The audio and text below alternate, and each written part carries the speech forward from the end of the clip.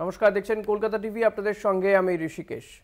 জমি দখল মামলায় গ্রেপ্তার আরও এক, দিল্লি থেকে গ্রেপ্তার করা হয়েছে তৃণমূল নেতা গৌতম গোস্বামীকে। জমি দখল মামলায় আরও একজনকে গ্রেপ্তার করা হয়েছে, দিল্লি থেকে তৃণমূল নেতা গৌতম গোস্বামীকে গ্রেপ্তার করা হয়েছে বলে জানা যাচ্ছে।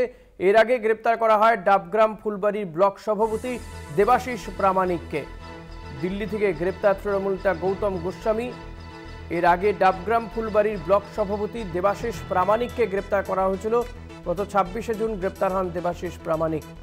মীনা কুমার রয়েছে। মীনা, এই যে গৌতম গোস্বামীকে গ্রেপ্তার করা হয়েছে, তার বিরুদ্ধে ঠিক কি অভিযোগ রয়েছে, দিল্লির কোথায় তিনি ছিলেন, কি জানতে পারছো?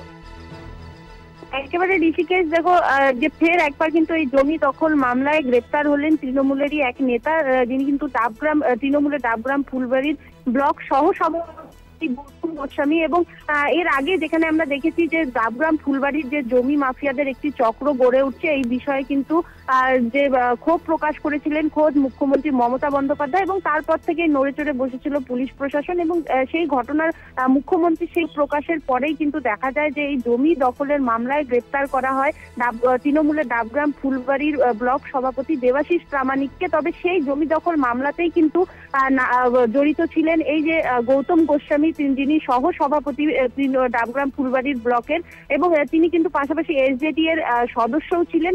ফলে সেই সময় কিন্তু তিনি শিলিগুড়িতে ছিলেন না, অসুস্থতার কারণে তিনি সেই সময় হায়দ্রাবাদে ছিলেন। ফলে এবার কিন্তু যে এসওজি অর্থাৎ স্পেশাল অপারেশন গ্রুপ এবং এই ঘটনার যে তদন্তকারী পুলিশেরা, তাকে কিন্তু সেই গৌতম গোস্বামীকে দিল্লি থেকে আটক করে এবং তাকে কিন্তু আজ বিকেলের মধ্যে শিলিগুড়িতে নিয়ে আসার কথা রয়েছে। অর্থাৎ এই যে দেবাশিস প্রামাণিককে গত 26শে জুন গ্রেপ্তার করে পুলিশ, এবং তারপর থেকে কিন্তু যে রয়েছে তার সেই ঘটনার প্রায় 8 দিন পর তৃণমূলেরই আরেক নেতা এই জমি দখল মামলায় গ্রেপ্তার হয়েছে। ঋষিকেশ, রিনা, এই গৌতম গোস্বামী কি পালিয়ে গিয়েছিলেন দিল্লিতে? একেবারে দেখো, যে তোমাকে জানালাম যে সেই সময় যে সময় এই জমি কাণ্ডের ঘটনা ঘটেছিল, দখলের মামলা ঘটেছিল, সেই জায়গায় যখন নাম এসেছিল এই গৌতম গোস্বামী, সেই সময় কিন্তু তিনি শহরে ছিলেন না।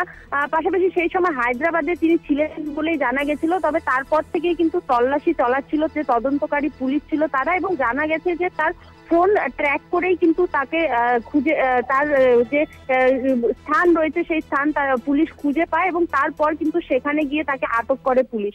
ধন্যবাদ রিনা, কথা বলছিলাম প্রতিনিধি রিনা কুমারের সঙ্গে।